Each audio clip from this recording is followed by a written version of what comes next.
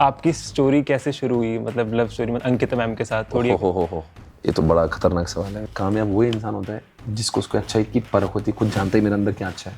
5-6 bikes पे बंदे आए, उनके हाथ में वो फाइटर वेटर होता है ना, ऐसे वो बजाने वाले, तो मैं लगा किसी को मारने जा रहे हैं, पता नहीं हमको हमें मारने आ रहे हैं। साल जो तुम्हारा काम है, लोग शायद से सी होने की बात करते हैं और तुम एक बुद्धिजीवी व्यक्ति हो। तुमने जो पॉडकास्ट चालू किए ना और तुम जो फेमस बन रहे हो ना, तुमने तुम्हारी क्वालिटी जीवन में बहुत पहले पहचानी, इसलिए तुम 5 साल लोगों से पहले, आपकी जो हवा है ना वो आपका पुण्य हो।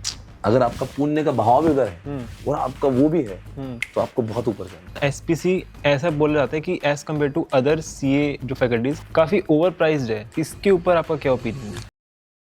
गाइस, सक्सेसफुल होना ना बहुत मुश्किल है, स्पेशली जब आप एक मिडिल क्लास या फिर लोअर मिडिल क्लास फैमिली से आते हो। जो इंसान 0 से एक लेवल पर पहुंच जाता है ना, without any banking, without any strong support, यार उसकी जर्नी ना, उसकी स्टोरी एक इंस्पिरेशन से कम नहीं होती। आज के जो पॉडकास्ट के गेस्ट है ना, उनको पुणे क्या, उनको पूरा इंडिया जानता है। He is a chartered accountant, he is a company secretary, LLB, motivational speaker, business coach, having 1 million plus followers across all social media platforms. He's an educator and one of the top faculty of CA coaching industry. He is none other than the founder of SPC CA classes, Swapnil Patni sir. Thank you so much sir for accepting my invitation.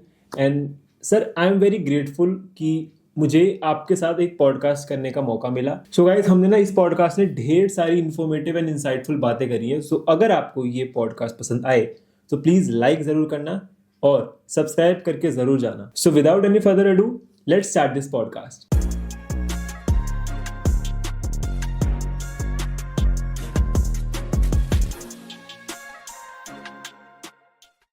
Finally Hello. Sir मौका मिल ही चुका है आपके साथ podcast करने का। मतलब यार पता है, सपने से कम नहीं है मेरे वाला दिन। Thank you so much sir. Thank you so much. तो सबसे पहले सर मुझे ये बताओ कि आप जब भी सुबह उठते हो तो किस माइंडसेट से उठते हो? मतलब अब तो आपने बहुत चीज़ें अचीव कर ली हैं, बट फिर भी किस ड्राइव से उठते हो आप सुबह? मतलब मुझे लगता है कि जो मेरी भूख प्यास है जो 2008 में थी, वो आज भी उतनी है। अच्छा। तो मैं एक भूखे इंसान जैसे ही उठता हूँ कि आज भी बहुत कुछ करना है लाइफ में, तो फायर आज भी उतना ही है। Although it's been now 16 years in the industry, but मुझे अभी भी वो फील नहीं होता कि आई हैव अचीव्ड। आज भी मैं समझता हूँ कि मुझे बहुत कुछ बाकी है and I am still a fighter. आपको ये लगता है कि और स्टूडेंट्स को कैटर करना है या फिर बस टीचिंग करनी है, ऐसा कुछ? नहीं देखो, सबसे पहली प्रायोरिटी है कि चाहे मैं भले ही कम नंबर ऑफ स्टूडेंट्स को पढ़ाऊँ या ज्यादा पढ़ाऊँ, मेरे से पढ़ने वाला हर व्यक्ति सेटिस्फाइड होना चाहिए। That is my first objective, कि मैं कुछ ऐसा ज्ञान ना दूं जिसका कोई रेलेवेंस ही नहीं है, या कुछ मैं गलत ना पढ़ाऊं। बच्चा कम आना, बच्चा ज्यादा आना, ये सब भगवान के हाथ में। कभी कभी हम लोग मेहनत करते हैं, कितने बच्चे आएंगे ये तो ऊपर वाला जानता है, बिल्कुल। पर मेरे हाथ में क्या है, सिर्फ मेरी मेहनत करना। बाकी जो बच्चा कम आएगा, बच्चा ज्यादा आएगा, ये तो बस ऊपर लगे रहना। यस, लगे रहना। पर अपनी मेहनत में बहुत सच्चाई होना चाहिए। आर्टिफिशियल मेहनत करने वाले भी बहुत लोग हैं, बहुत टीचर्स भी हैं, पर एक समय के बाद में वो समझ जाता है कि आर्टिफिशियल था। सर कुछ अगर नहीं, मतलब क्या होता है कि अगर आप समझो कि वो चीज है जो कोई भी, लेट बी एनी प्रोफेशन, आपकी मेहनत में बहुत सच्चाई होना चाहिए। वो दिखावा मेहनत नहीं चाहिए, वो सच में अपने अंदर घुसकर उसमें जाना चाहिए, तब जाके आई थिंक वो सफलता बहुत लॉन्ग टर्म में बरकरार रहती है। This is what I feel.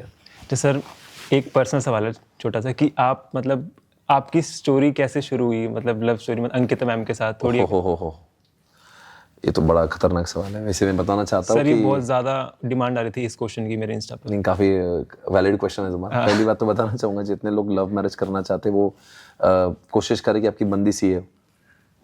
अच्छा। मतलब मैं ये एडवाइस सभी को करना चाहता हूँ कि आपकी बंदी जो है वो सीए होना चाहिए, तो आपको समझती बहुत अच्छे से और आप उसको समझ पाते हो, लड़ाइयाँ कम होती है। क्योंकि हमारा सीए का शेड्यूल इस तरह का है कि इतने ज्यादा उसमें हम लोग उलझे हुए रहते हैं, तो आई थिंक वो डॉक्टर इंजीनियर आपको समझ नहीं पाएगी, और आप उसको, दोनों के सीजन अलग है, दोनों के टाइम अलग है, पर जब आपकी लाइफ इसी आपको देख रही है दिन रात कि आप क्या कर रहे हो, तो आई थिंक प्यार भी थोड़ा सा मैंने इन्वेस्टमेंट की तरह किया। अच्छा। कि सही जगह पे इन्वेस्ट किया, रिटर्न अच्छा मिले। हाँ, मतलब आप समझो कि ये देखकर नहीं कि अंकिता टीचर बनेगी, ये देख कर कि वो सीए, ये जरूर था मेरा, इट वाज माय क्राइटेरिया। अब उसको तुम हम लोग सीए थोड़ा सा दिमाग ज्यादा लगाते हैं। वो आपकी स्टूडेंट थी ना? नहीं, she was my student, but actually हम लोग रिलेशन में, मतलब फैमिली के रिश्ते हमारे, अच्छा, तो our family know each other. जब वो क्लास में थी तो आई वाजंट लाइक, हम लोग का I wasn't knowing her much, और ना कि हमारे रिश्ते की बात हो रही थी। But after the classes are over, तो उसके 2 साल बाद उनका ही रिश्ता है, तो लाइक आई सेड कि हाँ मैं जानता हूँ इनको, एंड देन मेरे परिवार, उसके परिवार वैसे भी जानते थे एक दूसरे को, so let's do this. Yes. तो मेरे लिए भी अच्छा था कि चलो ठीक है। वैसे मुझे सीए लड़की की तलाश थी, और मेरे को ये चाहिए था कि जो मेरे घर को भी लेकर चले और मेरे प्रोफेशन को भी समझे। तो मुझे लगता है कि इंसान जितना थोड़ा दिमाग लगाता है अपने पढ़ाई करने में, उतना थोड़ा दिमाग रिलेशनशिप में लगाना चाहिए कि क्या सही क्या गलत है। मैं समझता हूँ प्यार अंधा होता है, पर इतना अंधा होना नहीं चाहिए कि इंसान सब कुछ भूल गया कि वो डॉक्टर है, इंजीनियर सी है। मैं समझता हूँ ये थोड़ा सा इमोशनल बातें नहीं, I am little practical when I am talking emotional, I am emotionally practical. अब समझो, प्यार में मैं इतना अंधा नहीं हो जाऊँ कि मैं कुछ भी कर रहा हूँ और बेपनाह मोहब्बत कर रहा हूँ, और बाद में शादी के बाद तुम्हारे झगड़े चल रहे हैं और you both are not able to understand and gel with each other. ऐसा नहीं होना चाहिए। This is my personal belief. तो सर, जो एसपीसी जो गुरुकुल है, उसका आइडिया कैसे आया आपको? एक दिन सवेरे मैं 5 बजे बैठा था अपने, मैं 5 बजे मेरा टाइम होता है जहाँ पे मैं अकेले में बैठता हूँ। अच्छा। और 5 बज के जब मैं आकर सोच कि क्या अलग होना सकती है, क्या अलग मैं कर सकता हूँ, क्या अलग कर सकता हूँ, मेरे दिमाग में आइडिया स्ट्राइक हो जाती है कि मैं सवेरे 5 बजते मैं अकेले में बैठा हूँ, कोई कुछ नहीं, कमरे में सब शांति है, और मैं सोचता हूँ कि क्या अलग कर सकते हैं इंडस्ट्री को, मुझसे क्या चाहिए। पैसा तो ठीक अलग बात है, पर क्या चीज़ है जो इंडस्ट्री को चाहिए जो मैं नहीं दे पा रहा हूँ। सच बता रहे हो, ये बात है, मजाक नहीं कर रहा हूँ आपकी कसम। तो देन आई थॉट कि यार कुछ ऐसी चीज़ें हैं जो नहीं है, जो एक मिसिंग है सीए स्टूडेंट्स की लाइफ में, वो है कॉलेज। वो स्टूडेंट, वो लाइफ मिसिंग है जो बच्चा जिसकी वजह से सीए में नहीं आता, वो हमेशा सोचता है यार मेरी कॉलेज लाइफ नहीं होगी, मेरे दोस्त नहीं बनेंगे, मैं हॉस्टल लाइफ नहीं जी पाऊंगा। And somehow that inspired me कि मैं कुछ ऐसा कर दूं जो शायद से, और it was really challenging job for me also, because creating, आप सभी जानते हैं कि फाइनेंशियल मैनेजमेंट हम लोग पढ़ते, इतना बड़ा बिल्डिंग लेके it's such a huge risk. और अगर इतना ही कम रिस्क होता तो अब तक बहुत सारे गुरुकुल बन गए होते India. It is not at all easy job, मतलब business wise it is not a very logical investment. अगर आप अननेसेसरी और श्योर अबाउट कि आपके स्टूडेंट्स आने चलेगा नहीं चलेगा, तो मैं कभी किसको एडवाइस नहीं करूँगा, अगर आपके इसमें स्टूडेंट्स आने का अगर भरोसा नहीं ना, तो अपने धंधे में नहीं आना चाहिए, बिकॉज आपका रिस्क बहुत बड़ा है। It is a huge financial investment, बहुत ज्यादा। एक तो अगर आपने किराए पे लिया तो बहुत बड़ा किराया लगेगा, अगर आपने पैसे लगाए तो आपको बहुत बड़ा इंटरेस्ट लगेगा, तो दोनों में से एक तो जाना है। So unless and until you are very sure about the number of students who are going to come in, and I was very sure about it कि यार कन्विक्शन था, मेरे को कन्विक्शन था मेरे माइंड को कि यार ये चीज मैं करूंगा तो दुनिया भरोसा करेगी। और दिस इज द रीजन वो आज भी 2 साल से हम लोग उसको लगातार, it is like we have finished 2 years of success, और आई थिंक वो चलेगा। बिकॉज नाउ इट्स लाइक कोई भी बिजनेस का मैं समझता हूँ कि अगर उसने खराब होना था तब तक खराब हो चुका होता। बट मैं देख रहा हूँ कि जिस तरह से बहुत लाइव बना रहा है, बहुत, बिकॉज वो कुछ अलग है। बिल्कुल सीए सब बन रहे हैं, पर वो आपको सीए के साथ में कुछ देकर जा रहा है। आपकी इतनी नेटवर्किंग की जगह कहाँ है? बिल्कुल। आज हम लोग NIRC का जो कॉन्सेप्ट देख रहे हैं, इतना कॉन्फिडेंस, इसमें उन्होंने एक बात कही कि तुम जो नेटवर्क जा रहे हो उसको भूलना मत। तो वही तो मैं चाह रहा हूँ, ये नेटवर्क जो बनता है ना, इट इज अ नेटवर्क जो आपको नहीं मिल पाएगा अदरवाइज, जो आपको दोस्तों से, शायद से हमें पता नहीं है हमारा दोस्त हमें क्या देके जाएगा। अच्छा सर, कि अगर कोई बच्चा इंटर का अटेम्प्ट है, मान लो कि सितंबर में नेक्स्ट ईयर, ठीक है, तो उसको रैंक ले टारगेट करना है, तो क्या उसके क्या की पॉइंट्स है जो उसको हमेशा ध्यान रखने ही चाहिए? सबसे पहली बात तो रैंक जो है ना, आपको अपने दिमाग में लाना पड़ेगा, जहन में एकदम पूरा। मतलब रैंक तो बाद में आएगा, मैंने आज ही रैंक में आ जाना मेरे दिमाग में। दिमाग से रैंक में आना चाहिए, एग्जीक्यूट हो जाएगा। पर कभी कभी इंसानों की सोच अधूरी हो जाती है, सोच में जान नहीं होती, इंसान सोच ही नहीं पाता मैं रैंक में आऊंगा। वो ठानना चाहिए मन ही मन में, और लोगों ने सोचना चाहिए तो बेवकूफ है, तो पागल है, तो रैंक में कैसे आ सकता है, तो जो इंटर में 4 अटेम्प्ट लगे, लेकिन मैं लाऊंगा। तो इंसान पहले, सबसे पहले सोच से आगे बढ़ता है। तो पहले सोच, और फिर सोच के हिसाब से आपकी हार्डवर्क, और वो भी एक वर्ड साथ में, कंसिस्टेंट हार्डवर्क। देखो सीए ऐसा नहीं कि बहुत बुद्धिजीवी लोगों का काम है। लोग कहते हैं बहुत बुद्धिजीवी इंसान सीए बनता है, मैं उसको नहीं मानता। मुझे लगता है यहाँ पे बुद्धि से ज्यादा हार्डवर्किंग लोग लगते हैं। स्कूल में टॉप करते हैं, मतलब बचपन से जो बुद्धिजीवी रहे वो भी इंटर में 5 अटेम्प्ट फेल होते। अगर आपको अपनी होशियारी पे बहुत वो है ना, गर्व है, इस साल मैंने अब तक फोड़ दिया है और मैं भी फोड़ूं, वो फोड़ता नहीं है। इंटर में जो काम मेहनत करना है ना, वो मेहनत ही करेगा। तो रैंक लाने के लिए सबसे बड़ी बात आपका बुद्धि होना नहीं है, आपको कंसिस्टेंट हार्डवर्क करना है, डायरेक्शन सही होना चाहिए, अच्छे दोस्त, अच्छा रैंकर कोई दोस्त पहले हुआ होगा, या अच्छा कोई टीचर डायरेक्शन वाला होना चाहिए। पर डायरेक्शन का जो है ना वो एक दिन का डायरेक्शन होता है, परफॉर्मेंस तो आपको ही देना है बिल्कुल, पर डायरेक्शन के बगैर भी परफॉर्मेंस वो भी सही बात नहीं। तो आई थिंक रैंक लाना कोई मेहनत करें लेकिन डायरेक्शन, प्रॉपर डायरेक्शन में, प्रॉपर डायरेक्शन, तो उसके लिए गाइडेंस वगैरह चाहिए। यस गाइडेंस तो लेना चाहिए आपके जो सीनियर होकर के जो रैंक में आए हो, या टीचर पे कोई भरोसा हो आपको, तो फॉलो करना पड़ेगा। क्योंकि हमारे खानदान में एक तो सीए किसने किया नहीं, रैंक तो बहुत दूर की बात है। बिल्कुल। और फिर कभी कभी लोग मेहनत करते, कंसिस्टेंटली करते, पर रैंक में नहीं आएंगे, डायरेक्शन ही नहीं है। बिल्कुल। तो डायरेक्शन, हार्डवर्क, वो भी कंसिस्टेंट हार्डवर्क, और उसकी बिलीव, भी पहले, अपने ऊपर बिलीव, सबसे पहले कि मुझे रैंक लाना है दिमाग से। ये सब हो तो रैंक तो स्वाभाविक है। सर वैसे आप मैनिफेस्टेशन पे बिलीव करते हो? एक्चुअली आई बिलीव, जैसे अभी ना बहुत ये रील वायरल होती है, जो गुकेश है जो अभी वर्ल्ड चैंपियन बने चेस के, हाँ जी, तो उन्होंने 6 साल पहले बोल दिया था कि मुझे वर्ल्ड चैंपियन बनना है, और वो हो गया रियलिटी में। बिल्कुल। तो इस पे आपका क्या टेक है? मतलब सच में, मतलब मुझे भी लगता है कि मेरी लाइफ में भी काफी कुछ ऐसे ही हुआ है।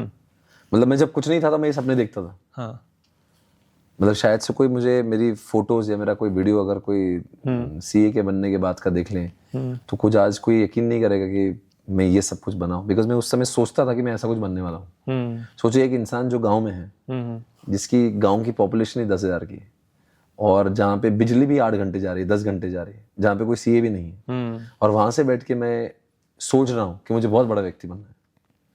और जब मैं सीए फाउंडेशन में था तब मैं सोच रहा था कि मैं इंडिया में one of the most famous CA बनूंगा। और तब मैं कुछ भी नहीं था, मेरे के फाउंडेशन में बैठने लगे, इंटर में भी लगे, और मैं सोच रहा हूँ मैं बहुत फेमस बनूंगा।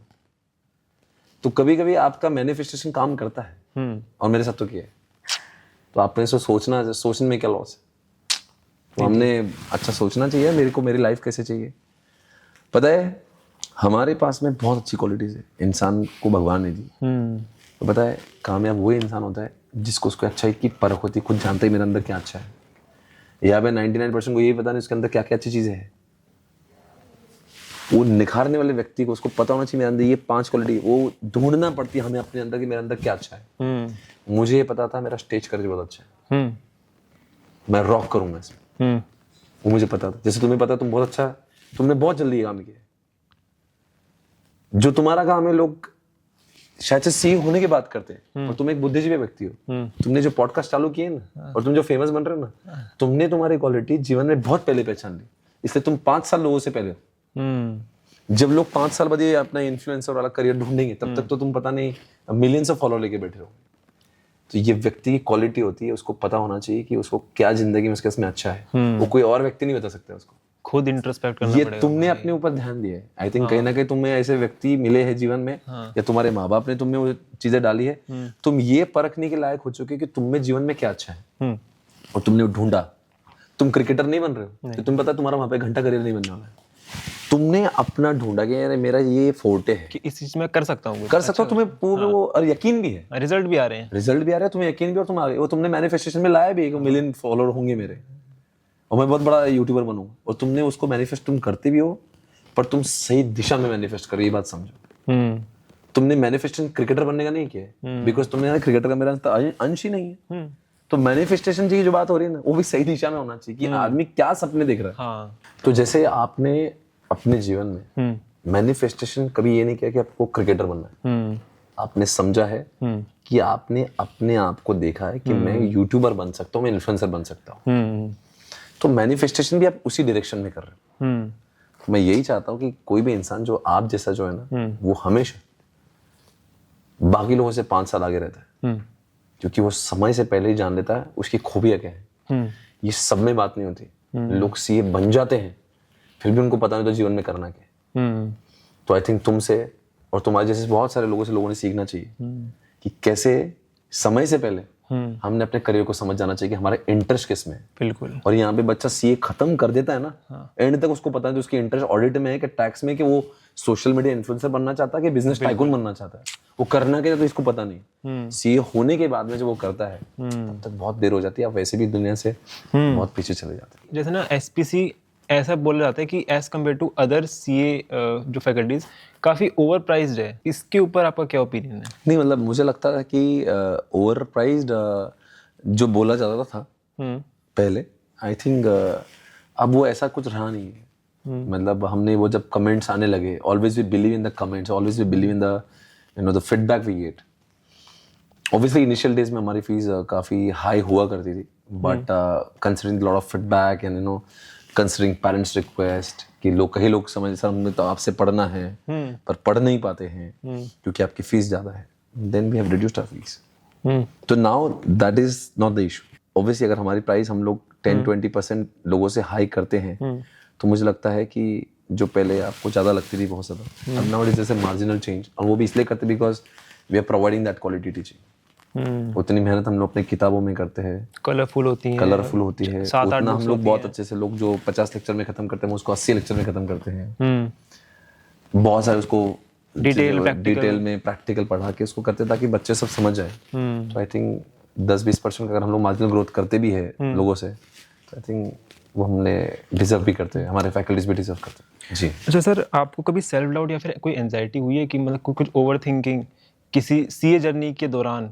मैं इतनी ज़्यादा मेहनत करता हूँ और उसके बाद में भी अगर मुझे सफलता नहीं मिल रही ना तो ये फिर मेरी किस्मत ही है जो मुझे नहीं मिलने वाला। तो मुझे एंजाइटी नहीं होती। एंजाइटी उन लोग को होती है जिनको अपनी मेहनत पे डाउट होता है। क्या बात बोली सर।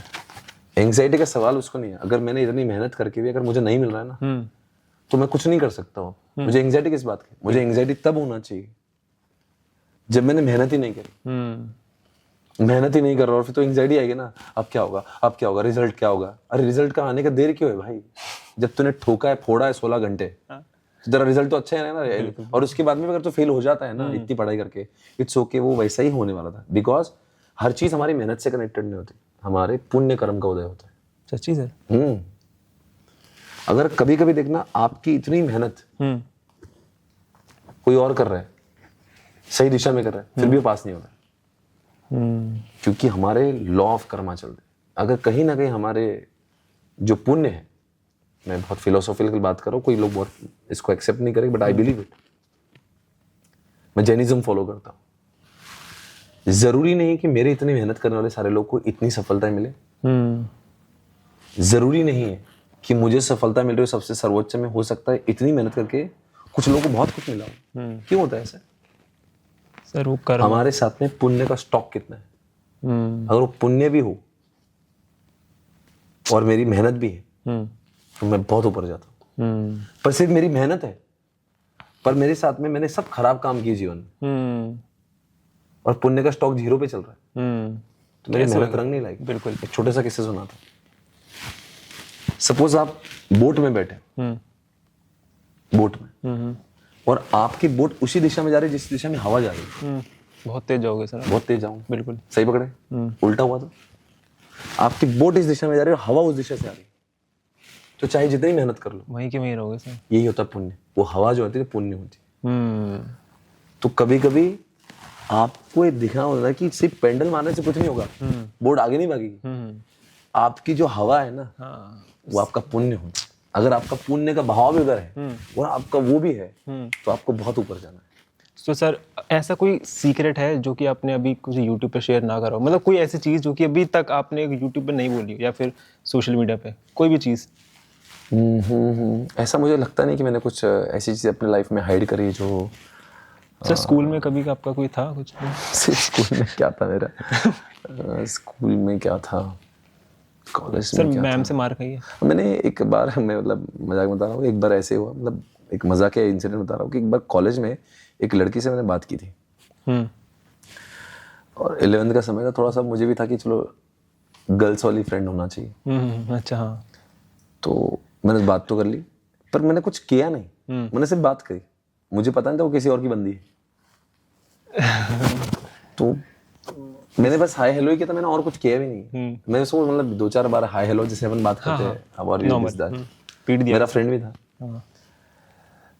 तो जैसे कुछ 2-4 बार हमने शायद से इंटरेक्शन पर किसी ने उसको बहुत सीरियसली लिया कि एज इफ यू नो, मतलब वो मेरी मैं उसको मेरी बंदी तो नहीं कैसी बात की, जैसे अपने कबीर सिंह में देखते हैं। अच्छा। पर मेरा कुछ नहीं था। हाँ मतलब मेरा कुछ था ही नहीं, बट पॉजिटिव ज्यादा था। बस बात चल रही थी और ना कोई मैं उसको बंदी बनाने वाला था अपने, बट भाई फ्रेंड होना चाहिए। कॉलेज में जा रहे हो तो मतलब वो तो रहता है ना, स्कूल के बाद में आप कॉलेज में जा रहे हो तो ऑब्वियसली आपका ग्रुप बनता है। हाँ बिल्कुल। तो हम पर किसी को लगा कि हमारा मैं कुछ ट्राई कर रहा हूँ समथिंग लाइक दैट। सर पीटा तो नहीं? अरे मैं वही बता रहा हूँ, कितना धोया मेरे को मैं बता रहा हूँ। अच्छा सर तो एक दिन हम लोग, मैं और मेरा दोस्त बाहर थे कॉलेज के, 5-6 बाइक्स पे बंदे आए, उनके हाथ में वो फाइटर वेटर होते ना ऐसे वो बजाने वाले, तो मैंने लगा किसी को मारने जा रहे, तो पता नहीं हमको हमें मारने आ रहे साल। तो जो धोया हमको, मैं और मेरा दोस्त, वो दोस्त की तो गलती भी नहीं थी, मतलब उसने तो बात भी नहीं किया था, पर वो मेरे साथ था, उसकी वो बदकिस्मती थी। तो जो पेला हमको, जो मारा, तब तो आपकी इतना बॉडी वॉडी सवाल ही नहीं है, और ऐसे बहुत मारा हमको, बहुत मारा। तो मैंने उनसे इतना ही पूछा, भाई और 2 मार लो, तो ये तो बताओ मुझे मार क्या है भाई, व्हाट इज द रीजन। ठीक है, तो वो सस्पेंस में टाइम खत्म हो गया, वो मार के चले गए। सुनते कहां है सर, मतलब सुनते क्या, धोया ना मुझे मारना ही तो, और मैंने कहा और मार दे भैया, पर एक बार बता दो मार क्यों हुई, मतलब मारा क्यों है भाई। नेक्स्ट डे पे आके उनमें से एक बंदा बोला sorry, we are very sorry. मैंने कहा सॉरी क्या होता है भाई, जो मारना था ठोकना था ठोक दिया था। बोले हमें कुछ गलत फहमी हो गई थी। बिल्कुल। जैसे आप एफएम पढ़ाते हो, आप ऐसा नहीं पढ़ाते हो, तो ब्रीफ में बता दो कि अगर प्रैक्टिकल सब्जेक्ट है तो उसको 1.5 डेज में कैसे रिवाइज करें शॉर्ट में, और कोई थ्योरी सब्जेक्ट है उसको 1.5 डेज में कैसे अपने नोट्स कोई भी चीज आप बहुत आसानी से रिवाइज कर सकते हो अगर आपने उसकी समरी नोट्स बना दी। समरी नोट्स चाहे प्रैक्टिकल हो चाहे थियोरेटिकल हो। मैंने ऐसी नोट्स एफएम के लिए और एसएम के लिए दोनों के लिए बनाई है।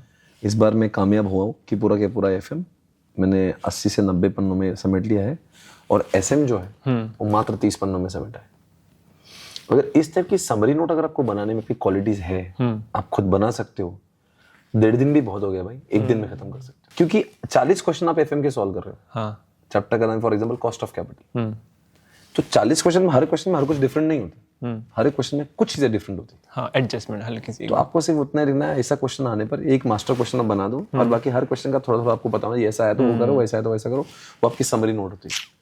और अगर इन बच्चों के पास में नहीं, फॉर एग्जांपल मेरे से पास तो बनाई है, तो बच्चा उसको यूज कर सकता है, और ये सब्जेक्ट 1.5 दिन में नहीं 1 दिन में खत्म कर सकता है। जो मुझसे क्लास कर रहे हैं वो कोई भी बच्चा कभी भी ये नहीं बोलेगा कि मुझे रिवीजन को टाइम नहीं मिल रहा, इनसफिशिएंट टाइम है।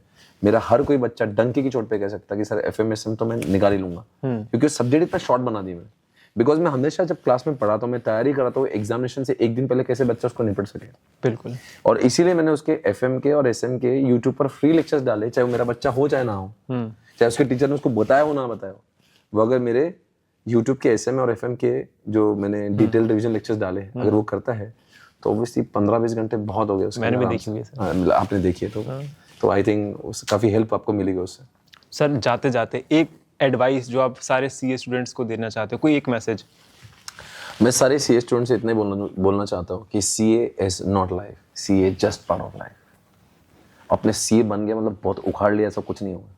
आपको लगता है बहुत भारी बन जाओगे और आपका बहुत नाम हो जाएगा, भाई ऐसा कुछ नहीं। 4 लाख सीए बन जाओगे। बिल्कुल, मैं आपको डिस्करेज नहीं कर रहा हूँ। कितनों को जानते हो आप? 500 ऐसे लोग जानते हैं, ऐसे इन्फ्लुएंसर्स को जानते हैं, बट 4 लाख में से 500 भी लोग नहीं जिसको आप जानते हो। तो भाई क्या है वो जो लोग जानते हैं, वो उसके पास में है क्या, वैसा आपको पास, वैसा वो सारी चीज आपके पास होना चाहिए। You should not be only book oriented person. आपके पास में the way you talk, the way you walk, the way you communicate, आपके ड्रेसिंग स्टाइल, आपके बात करना, ये सब चीज़ों का पैकेज आप होना चाहिए। और जब चीज़ें सी के साथ में सब चीज़ों का पैकेज आएगा ना, तो तब जाके आप ब्लास्ट करोगे। अभी यहाँ पे गोला बारूद ही नहीं तो ब्लास्ट क्या होगा। सीए की डिग्री तो सब लोग लेके बैठे। भाई तेरा कम्युनिकेशन कैसा है, तू बात कैसी कर रहा है, तुझे तेरी तहजीब क्या है, तू बॉडी लैंग्वेज क्या है, तेरी बॉडी कैसी, तेरी पर्सनैलिटी कैसी। अब तुम्हारे पास लैंग्वेज खराब है। और सर ये सब चीज़ें जो होती है ना, किसी के अंदर बाय डिफॉल्ट नहीं होती। ना बॉडी बाय डिफॉल्ट मिलती है जन्म से, ना इंग्लिश मिलती है, ना कपड़ों का सेंस मिलता है।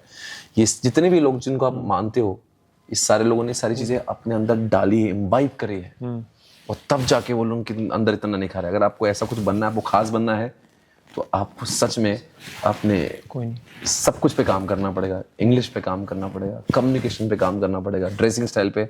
और वो सब में बाय डिफॉल्ट नहीं होता है, वो चीज़ें सीखना पड़ती है और इंसान तब आगे जाता है। Sir thank you so much मेरे पॉडकास्ट पे आने के लिए। आई एम सॉरी आपको डिस्टर्ब किया मैंने। बिल्कुल नहीं, it was my in fact I wanted कि शुभम इतना अच्छा कर रहा है तो I should be the part of his podcast. आप बहुत बेटा अच्छा कर रहे हो, और मेरी शुभकामनाएं आपके साथ में। मैं समझता हूँ आने वाले 5 साल में you will be at a different level all together. इतनी कम एज में, व्हाट्स योर एज? 22। 22 साल की एज में बच्चा इतना काम करे, he just 22 and at the age of 22 जो तुम काम कर रहे हो, अरे सब तो शुरुआत है सर। बिल्कुल 5 साल के बाद में you will be at different level. सबसे बड़ी बात है तुम्हारी शुरुआत बहुत पहले हुई। जब लोग जो 24 के बात करते तुम 21-22 से कर रहे हो। 18 से स्टार्ट किया था सर। 18 से स्टार्ट कर लिए। So I think whatever you are, कितने फॉलोअर्स आपके यूट्यूब पे? सर 65,000 अभी। और ये जो सबसे 0 से लेकर 1 लाख तक का जो है ना, आज मेरे फॉलोअर्स 8 लाख है। हाँ। पर वो 7 लाख बढ़ाने को टाइम नहीं लगा, 1 लाख तक बहुत टाइम लगता है। तो अब ये 1 लाख में एक सब्सक्राइबर खून पसीने से मिलता है। और उसके बाद की जो 7 लाख जो मुझे मिले ना यूट्यूब पे, वो दूसरे लोगों ने लाके दी, इसके उसके रेफरेंस है। पर 1 लाख तक की जो जर्नी है ना, बहुत मुश्किल वाली होती है। तो सारे लोग जो यूट्यूबर बनना चाहते हैं और जो इसे बनना चाहते हैं, भाई 3,000, 5,000, 10,000 में जो भी फॉलोअर हैं आपके, वो बहुत बड़ी अचीवमेंट होती है। बिल्कुल। 1 लाख के बाद में मिलियन तक पहुंचना आसान है, पर 0 से 1 लाख तक पहुंचना बहुत मुश्किल है। और तुमने काफी हद तक उसको। सर एक बार सब्सक्राइब बोलो, सब्सक्राइब कर दो। हाँ, इसके लिए इसके चैनल को ज्वाइन करें, सब्सक्राइब करें, बेल आइकन को दबाएं और अच्छे कमेंट्स करें। Thank you sir. मेरी शुभकामनाएं तेरे साथ है। तू इंडिया के सारे बड़े बड़े टीचर्स के साथ में अपना पॉडकास्ट ले, ना कि सिर्फ सीए, और भी बहुत लोग साथ में पॉडकास्ट ले। I wish you good luck. Thank you so much sir. Take care. Yes, bye bye. Baseball blood and my tongue keeps bleeding from the words I spit. So sharp, so freezing, so cold. Behold, frostbite they feeling. I could tear you apart or I could go heal 'em.